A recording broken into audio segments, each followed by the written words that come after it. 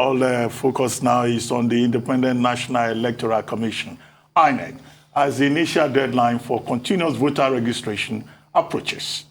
The exercise, which was meant to end by 30th June 2022, has been a topic of discussion in recent times as Nigerian citizens have called for an extension of the process in order to enable more people to register.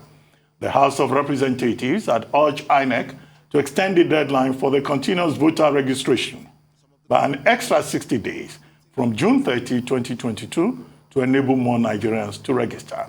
This is one of many issues the electoral body is faced with, as there is still the case of political parties using the concept of placeholders to buy more time in selecting their vice presidential candidates, a move that INEC has called illegal, saying it has no place in Nigeria's constitutional and legal framework. There's also the case of party primary reruns in some states that the electoral body has described as a sham, like the case of the governorship and senatorial primary elections in Akwa Ibom State. Joining us on this show this morning as we discuss these and other issues INEC has to deal with is Mike Igini, Akwa Ibom Resident Electoral Commissioner. Well, you're welcome to the show. Yeah. Mr. Mike Igini. Well, thank you, Ruben Abati and Rafai, for the invite. Thank you very much for joining us. But before we go into all of this, we just read that, we have, information from two credible sources that the CJN has resigned on health grounds. Well, do you think that the CJN has had to step down because of some of recent developments in the Supreme Court? And well, even if it is on health grounds, what follows from now? What is the process for succession? Well, thank you very much. The news that you just broke, if it is true, and from the background that you have given in terms of long-standing health challenges, I think that we should take it for that and not necessarily attach to it the issues about the development at the Apex Court by his colleagues, Justice of the Supreme Court. So all that we need to do is to pray for his quick recovery and more so that he has resigned. Of course, the process of succession we have to commence immediately. But we'll pray for him to recover. Well, we know that the convention is that the next most senior justice of the court takes over. Correct. Right? Right. But, whoever is the next one, I think in this case is Justice Olukaode Ariwola. But then, before any appointment can be made, the Judicial Service Commission and the National Judicial Council will have to make recommendations to the president. Absolutely. Who will then forward to the Senate for confirmation. But maybe we shouldn't jump the gun. Let's see how that plays out in due course. Right. Okay. I'm sure everybody will be watching the Apex Court in the country closely going forward. But let's go to the business, the main reason why you're here. This controversy over placeholders, which we have been told is unknown to the Constitution, but which has been introduced in some places, but famously in Yobe North, where a certain Mr. Machina says it's nobody's placeholder. He took part in the primaries, okay? And you've also had cases in some other parts of the country, even in your own state, where there was a controversy over the governorship primary, who is the senatorial primary, who is a legitimate person, even over, party primaries generally under your watch. What do you think the problem really is? Is it a problem with the Electoral 2022 or the fact that many of the stakeholders, including INEC officials, still have the Electoral Act 2010 as amended in their heads, which was a tacit point that Femi Falana SCN was pointing out when he was correcting Mr. Muhammad Aruna and I think Dr. Festus Okoye to say that, look, INEC has powers under the law, as it is, to reject anybody who does not pass through the primaries monitored by INEC. And anybody who was not part of it, INEC does not need to say, the affected stakeholder will have to go to court, and that INEC cannot deny the eligibility of a person on the grounds of non-participation in the primary. What are the issues? You have been through this process, and maybe you share the benefit of your experience in Akwa Ibom State with us. Thank you very much, Abati, for this invitation. As part of our continuing efforts to give meaning and purpose to the ballots as the best means of expression of the will of the people in a democracy. And I sit here, like all my colleagues across the country, given the statutory power under Part 1, Section 2 of the 2022 Electoral Act that enjoins all of us to provide civic and voters education, but more importantly, to educate Nigerians on sound knowledge of democracy and democratic processes. So the first issue you raised was the issue about the needless controversy debate about placeholder, which has been going on. My first reaction is that we are just a people that perhaps, rather than focus on weightier issues that should define the polity, we are engaged in a very sterile debate about placeholding. On question of the requirement for a presidential candidate or a governorship candidate, as the case may be, it's a matter settled by the Constitution. Section 41 of the Constitution provides that there shall be for the Federation a vice president.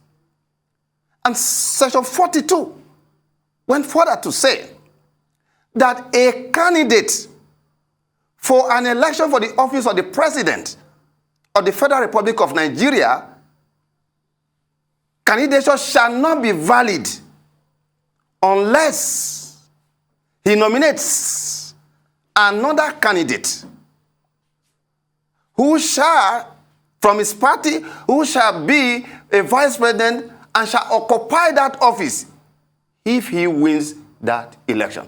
That is all.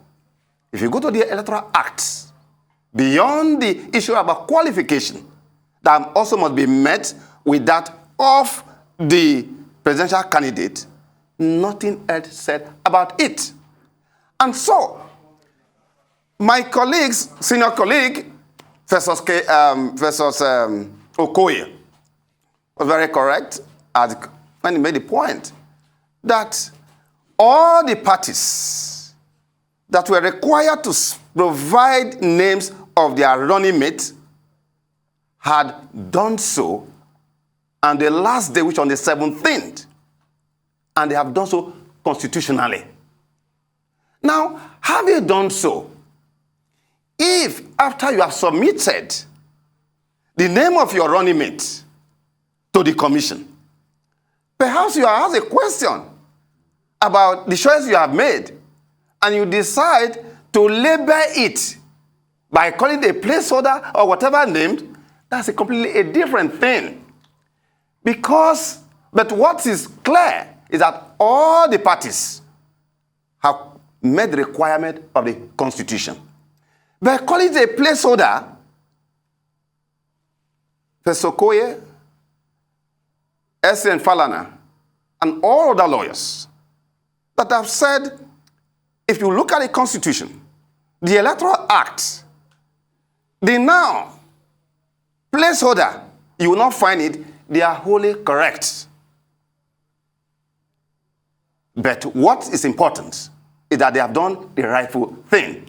So, but however, because we are not in autarky of practices around the world, and having listened to all the argument, debate that have been going on, what people did not realize is that in the United States of America, there is a practice of placeholding system in America, where a governor of a state, with respect to legislative and senatorial positions, could appoint a placeholder pending when election is conducted.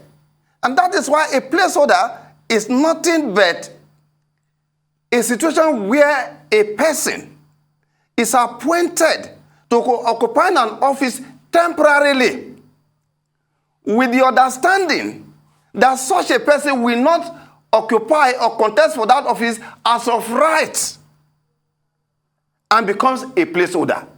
So calling it placeholder, because I am not aware that when the parties uploaded the names of their running mates, they wrote a letter to our commission that we are putting it as a placeholder. No such letter was written. So the labeling is a different. That's why I felt that why this argument.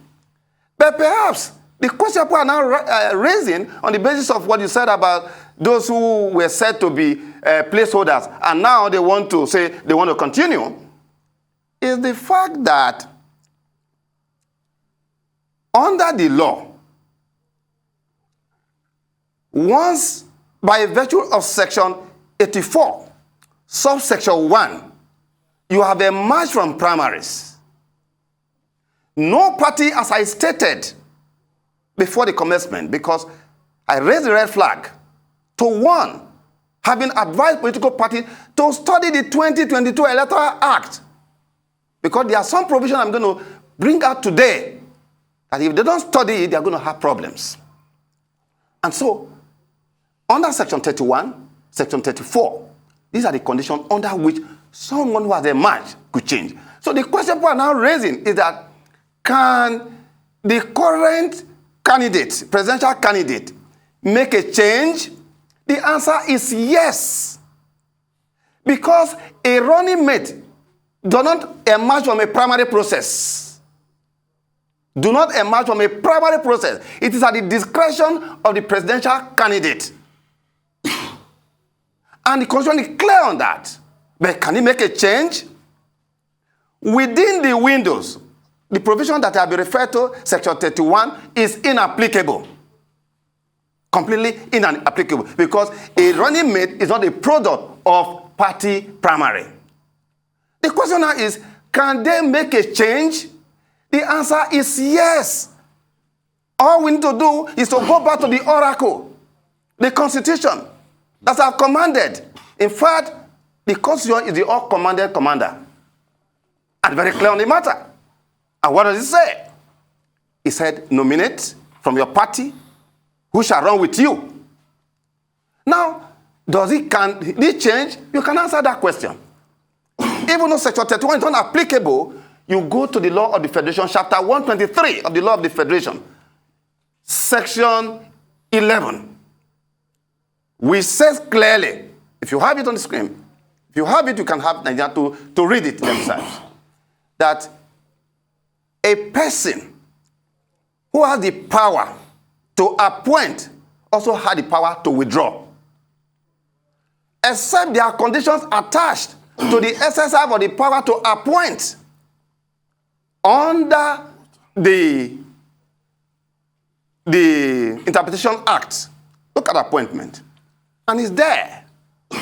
It is, once you have the power to appoint, inherent in that power is the power to also, at any given point in time, within the INEC framework, because on the 15th of July, all issues about withdrawal we have to be concluded with. So, for today, I think that debate is unnecessary. And to close on this point, is just the example I gave about the U.S. When Senator Ted Kennedy died, when John Kerry, resigned to take appointment at the Secretary of State for the United States, when McCain died, all the governors of the respective states appointed a placeholder. That is a practice in the United States of America. But with respect to what the presidential candidate have done, they have acted within the letter and spirit of the Constitution, and within the time allowable under INEC regulation. This time around, they have the power to make so. That's with respect to issue about placeholding. Okay, real quickly, I'd like you to throw more light on the Akwa case and the Ahmed Lawan case. Well, first and foremost, I need to give a little background to what is going on, to make some fundamental clarification. And I want to ask a question first. That, what is the role of law in our representative democracy? Should we have a democracy without the rule of law? Is our society now a permissive society? We must recognize the fact that without the rule of law and its strict observance and obedience, electoral contests will be nothing but a crude deployment of force. Now, the primary process is guided by law. The Constitution, the Electoral Act, regulations, and guidelines of the Independent National Electoral Commission. Because if you look at section 160 of the Constitution, it is very clear on that. The power of INEC, that of all the executive bodies established under section 153, with respect to INEC, it said that its powers to make rules or otherwise regulate into procedure shall not be subject even to the most powerful office of the Federal Republic of Nigeria, and that's the office of the President. So, in preparation for this election, we all work so hard, all Nigerians, to have the 2022 Electoral Act in place to guide the primary process. And that there must be internal party democracy in order for our democracy to be sustainable. Because if we don't have the rule of law, people don't obey their own law, respect their own members, this democracy will not be viable. Now, immediately that it was signed into law, the commission, the second day, the very first day went to office, and we gave guidelines for that purpose. And you all recall that I was here and in some other station to advise that people should study the Electoral Act very well. In fact, this is the time they should get the service of lawyers to understand the Electoral Act. Many people did not heed that advice. With respect to Akwa Ibom, in October last year, 16 last year, Akwa Ibom is one of the states where the APC conducted a successful state congresses to elect executive of their members. But before that exercise, they came to the office, all parties. What would they do so that they don't have problems with their elections? We advised them. We provided them the INEC template of monitoring congresses, either for election to your ESCO or that of nomination of candidate. We made that provision for them. On the 16th of October, election was conducted. The video is everywhere. You could see right here that the video of what happened on the 16th of October was carried out. It was successful, it was peaceful, by one Yusuf Banki who led the committee set up by the National Working Committee of their party. But people who want to conduct their own primary in their homes, in their houses, they wanted a situation where there will be faction. You could see Who that are these people? These are APC members. These are leaders. When the Congress was conducted on the 16th of October, they won. An executive emerged. They were sworn in. By December, we were not. That is the chairman of that committee. You could see the picture. Even the other picture you are seeing there, you are going to see the current. This is the former minister. This is the one that had just been appointed as a minister right away. And the former minister. They were all there. Successful. They had no problem. And the report was written and was sent to Abuja. By December, there was a report that there was already a crisis. What crisis? What happened? The result of that election, of that Congress that was conducted in line with section 223 of the Constitution, that was successful and peaceful among God said the Federal Republic of Nigeria in October last year, they altered the result. What happened? There were 10 candidates. This is their own affair. It should be noted that party primaries is not the conduct of INEC don't conduct party primaries or Congress for election of their member into their ESCO. It is the political party business. Our job is just only to monitor and provide report. But the beauty is that our report can be very decisive, cannot be ignored. Now, when they conducted that election, they won. But what happened? By December, they altered the result. Somebody who scored 1,000 278, who was the actual winner, and the last person who scored 006. What they did was to alter that result, brought down the figure 1 behind 006 to now read 1006. Immediately that was done, they went to court and obtained a fraudulent judgment that the person who scored 6, the least person, is not the winner. That was the same thing. You can see this is the original result. You could see there. Nigeria could see. Because when they're accusing INEC, accusing myself, calling my name, I was not part of what they did that was successful. That was the original result. If you go to the second page, you are going to see the altered result. Now you could see the person who scored, this is what they call 1,278. If you go to the other result, the person who scored 1,278, please, if they can zoom it out, for Nigeria to see, so that you will understand the genesis, the basis of the crisis they are having there. The idea to have a faction is that somebody wants to conduct the election by himself and his group when the time comes by 2022. This was the plan since last year. When that happened, obtained that judgment. The other group, they went to court on the 18th. They filed for stay of action and all that. By on the 7th of April, the Court of Appeal granted gave an order for maintenance of status quo ante. That status quo must be maintained, which means the position of the parties before the dispute, who were those who were legitimately elected. But despite that order, the same position went to swear in on the 11th of April the people that in breach of the court order. So who has been obeying court order in Nigeria? With respect to this matter, it is INEC, because within the period the court said maintain status quo, that was between on the 17th of March and on the 31st, we were within that period of the extant order to maintain status quo. But they went to swear somebody in breach of court order.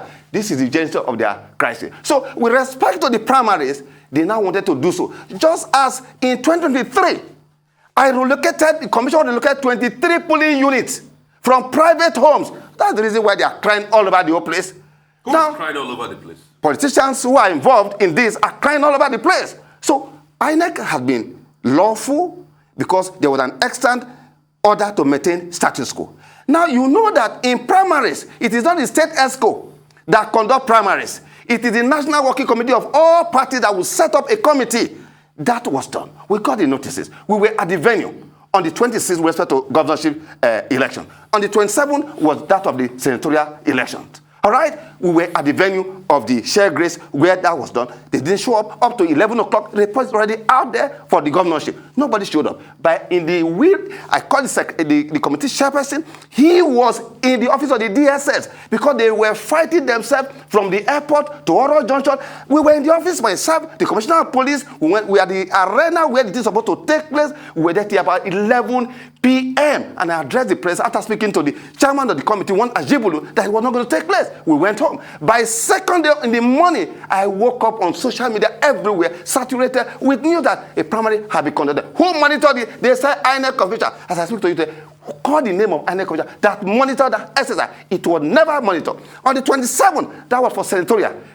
In senatorial, we had the Northwest, where the DIG, Putin was emerged. There was no primary for South because the team that led by the head of GAP, they were there. We had the video showing that nobody showed up. So we had for Northeast, Northwest, and of course the House of Representatives. Those were things were done.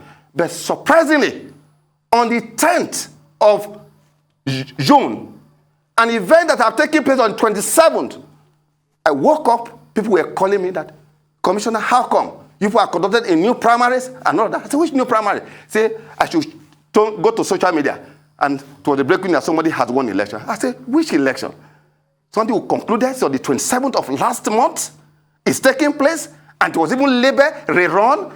Look, we are election managers. We know the meaning of a rerun. A rerun election presupposes a previous election. And in a rerun election, Supreme Court is very clear. It can only take place between those who were in the part of the first exercise. Never. Was Akwa part of the first exercise? Absolutely no. It was not part of the exercise. It was not part of the exercise. So how can you talk about a rerun? And I made the point clear. Look, The train have left the station since on the 27th with respect to senatorial election. This is the genesis of what has happened with respect to that. Some people are listening to you. Yeah. Maybe there is another side to the story.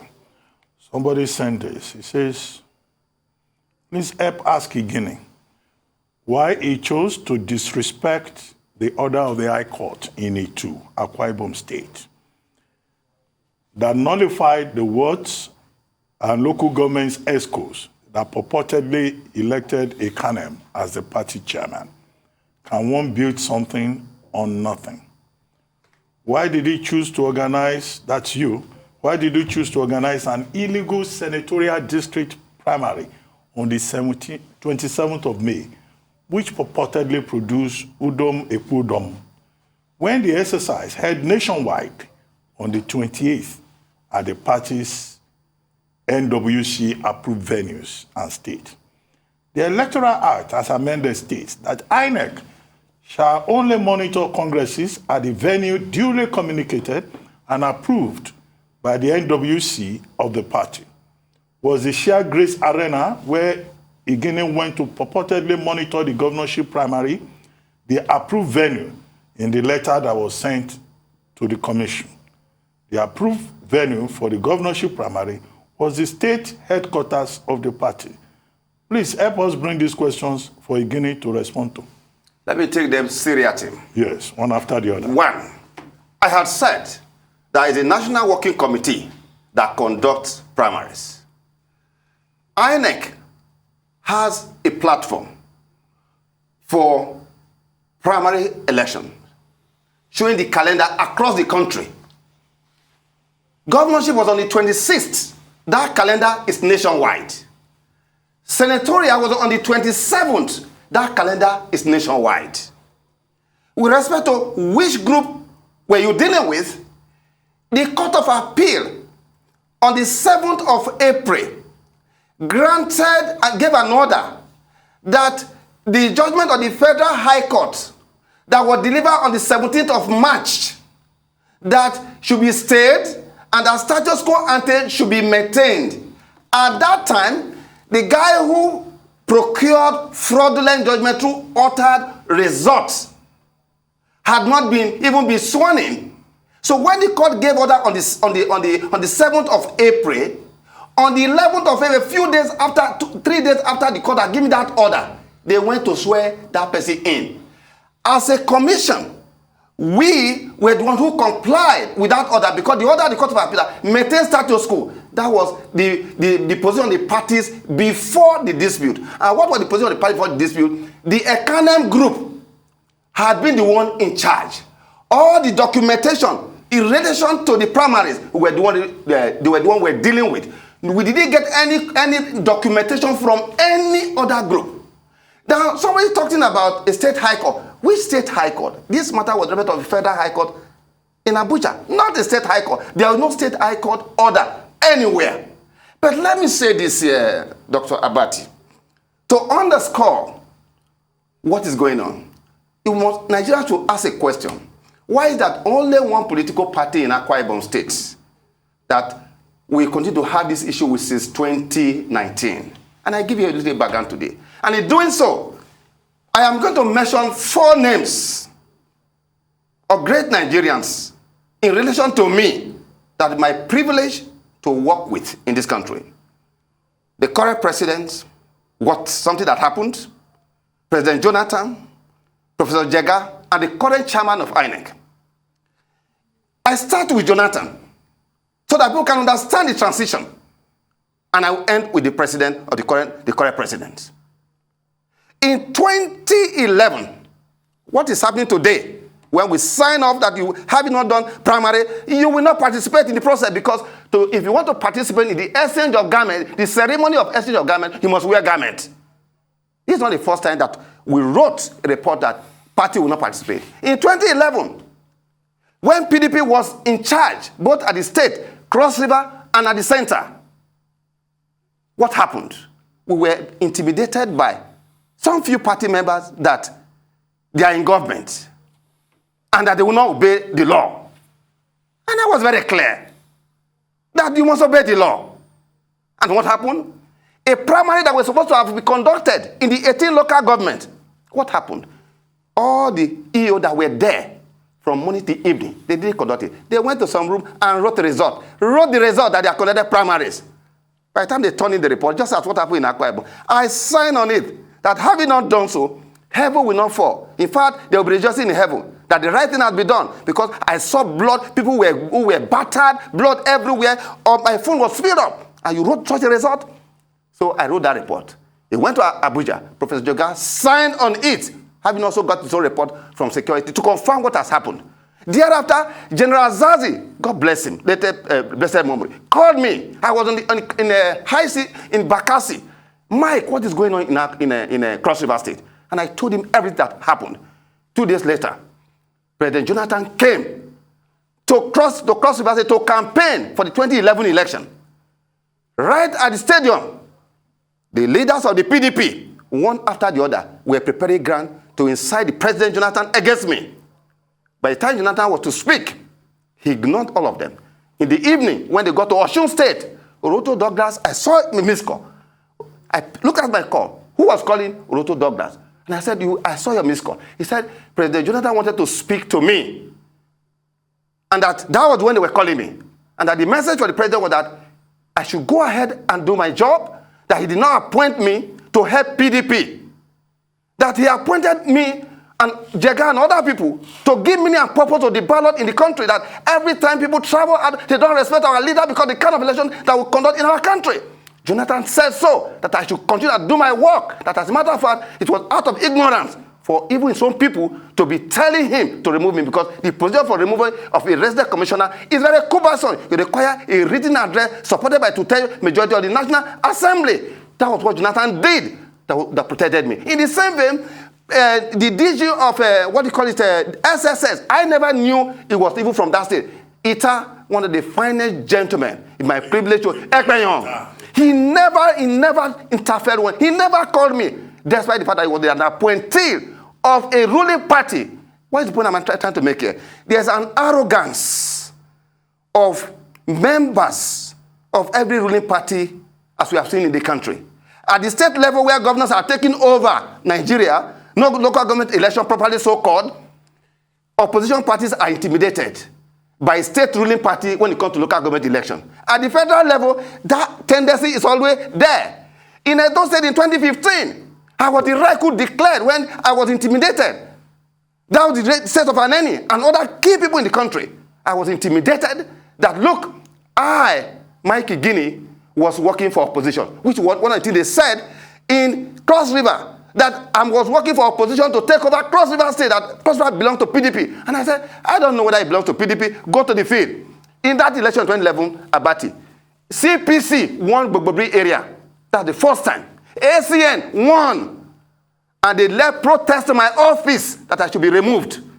And Jega was very clear to them that that will never happen. In Edo State in 2015, out of 11 states of the South-South, 11 states of Southeast and South-South put together, 6 states from South-South, 5 states from Southeast, Edo State was the only place that APC as a party, that President Muhammad Buhari got 46% vote. That was the only state.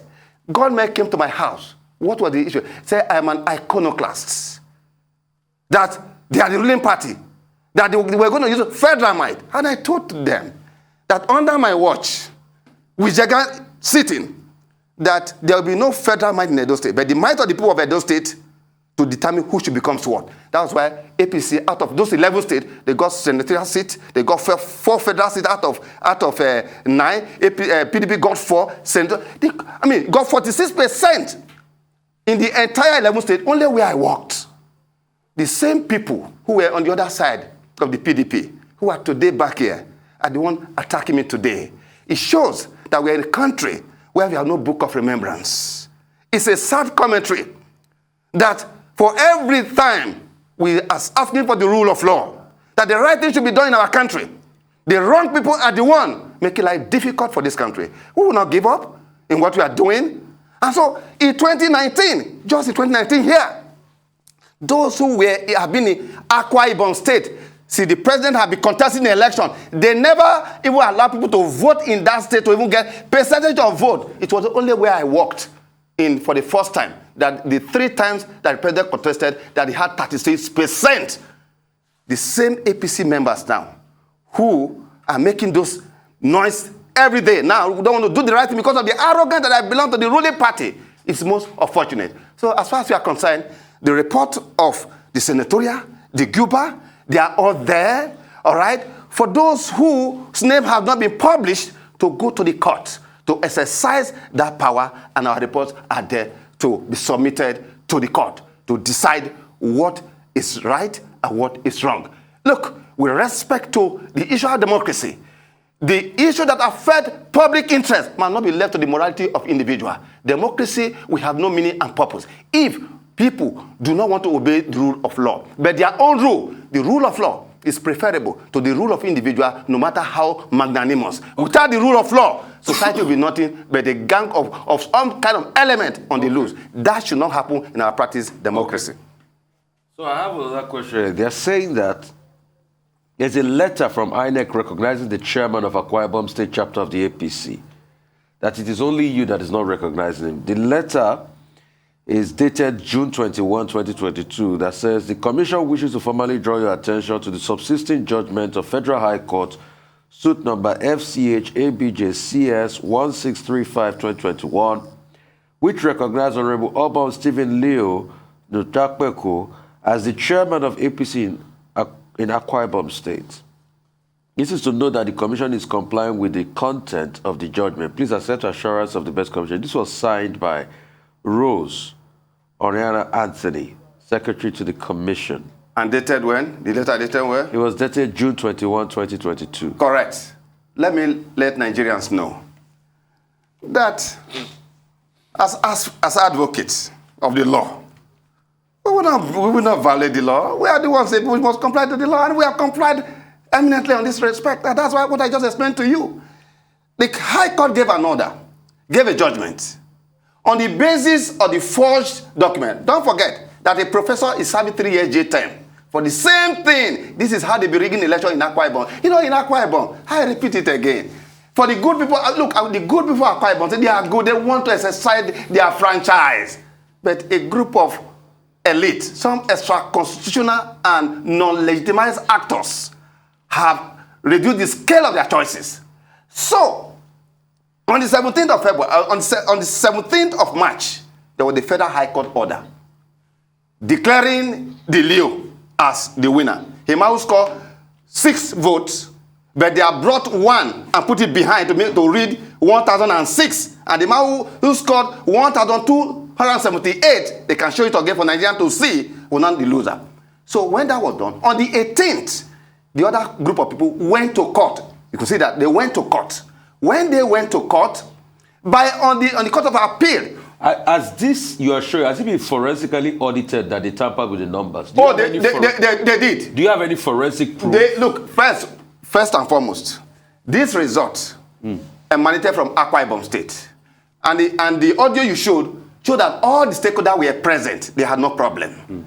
Now, this result, we have the original result in our custody. They also have it in Abuja.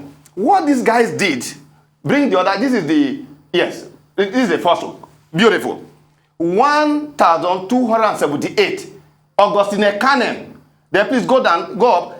The other guy, the Leo, is called 006. What they did, by the other page, go to the other page, was to bring that one and add it behind the 006 to now read 1,006.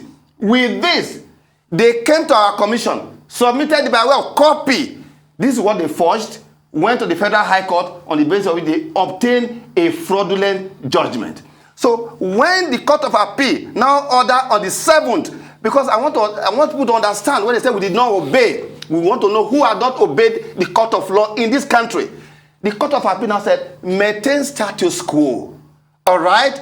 Maintain status quo, which was granted on the 7th of April. 4 days after that, they went ahead to swear the guy who scored 006, but now having 1,006. All right? Now, that period of maintenance of status quo was the period, which was May 26th and May 27th, where the period, the governorship and the National Assembly event took place. At that time, we were relating with the group that is in favor of the maintenance of status quo. So we did legitimately and legally. But from the 31st, when the office of national chairman of the party and secretary now withdrew, when they withdrew from the case, the lawyer that was standing in was on that matter before, which was that representing the man, the former secretary called Akwa, all right? He was the same lawyer for all of them. That guy was now asked to step down. He went to the court and removed all the processes that have been filed. By implication, it meant that as from the 31st of May, we are now back to the order of the Federal High Court, which means that as of today, as bad as that judgment, as bad as it was, and terrible, we must obey it.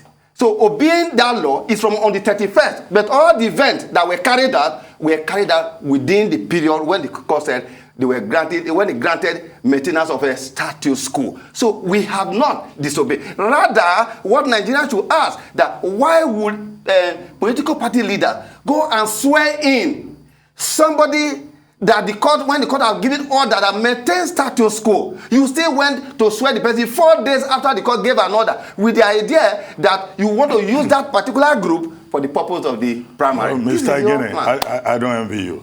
Definitely your work is not an easy one. But I need you to help us clarify something, because on Twitter you get to see all kinds of comments. Absolutely. Who is the senatorial candidate for Akwa Ibom Northwest?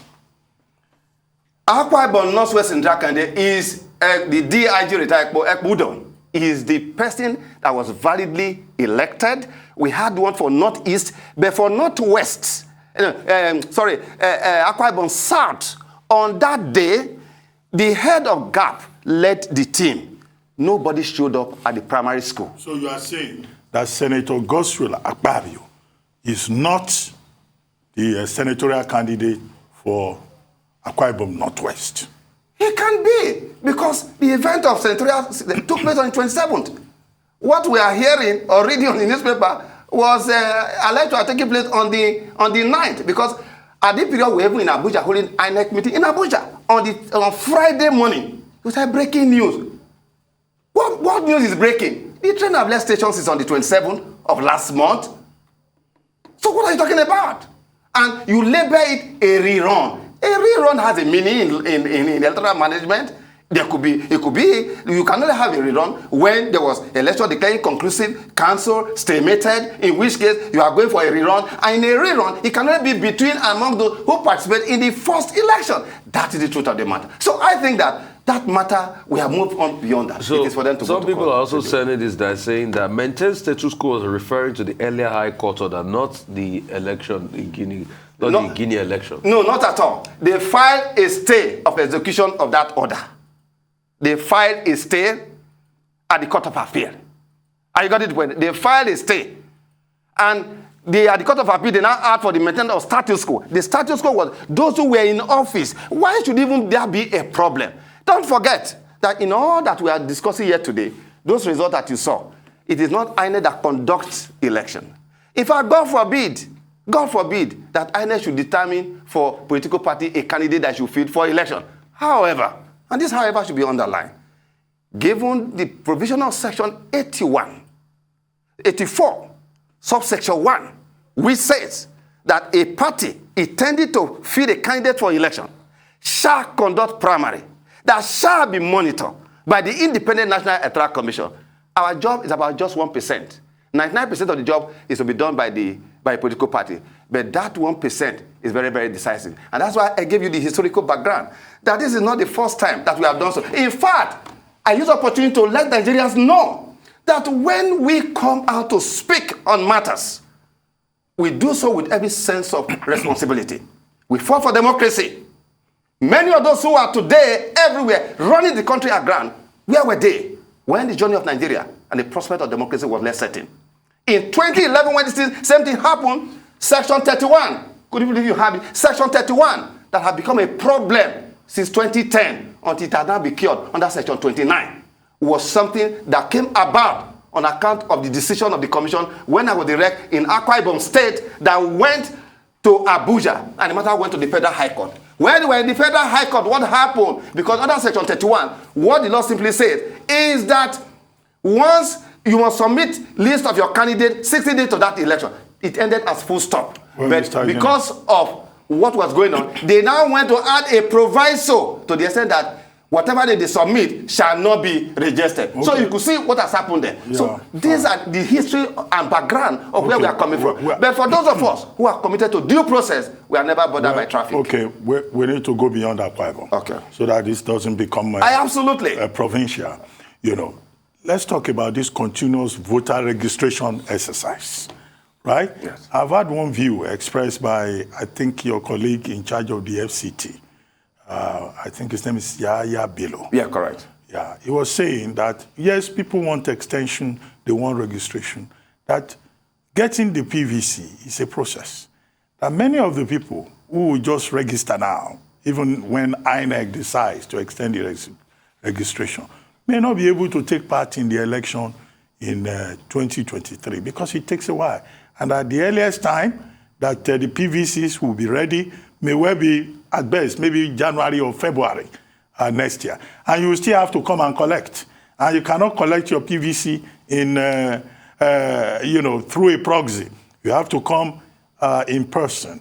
So even if, there is an extension, is INEC, worried about logistics issues, getting the PVCs out early enough so that the enthusiasm of the electorate that we're seeing now, will not be a waste? Look, what are your observations? Yes, I want to thank you very much for that. I think that these are the issues we should really be focusing on and not issues that have to be taken to court. First, as a commission, we are very excited to see the level of reawakening that what gives spice and piquancy to the practice of democracy is mass participation. And so, extending is one thing. What are we doing? As I speak to you, if I had my conversation with the chairman yesterday as to update on some of the issues you are raised, at the former old parade ground, 50 machines have been distributed. As of yesterday, more machines have been sent to various states. And I'm aware that today, Monday, more machines are coming to clear off this. Now, after that, you have to aggregate the data. You have to consolidate. You have to do the AFIS. You have to do production. You have to do distribution. I think that's what my colleague was trying to explain. From the plan, it's very clear that by October, production would have been done. We will now be dealing with distribution. But I need to say this here, that Nigerians, as we are so excited to see that you are all coming out to register, we look forward to also come out to collect your PVC. And I have no doubt that the kind of enthusiasm that they have shown, they will do so. But while I want people to know one thing, that there's nowhere in the world where you can register everybody at the same time. Because don't forget that even when we have a cutoff point, at some point, January, even a few days to that election, there were people who have attained the age of 18. But there must be a cutoff point. On the basis of Section 19 of the 2022 Electoral Act, to the effect that none later than 180 days or 90 days, the register should be ready. And for register to be ready, we also expected, Dr. Bati, that within 7 days, we have to paste the register across the 8,809 wards across Nigeria. And a page contains about 10 registrants.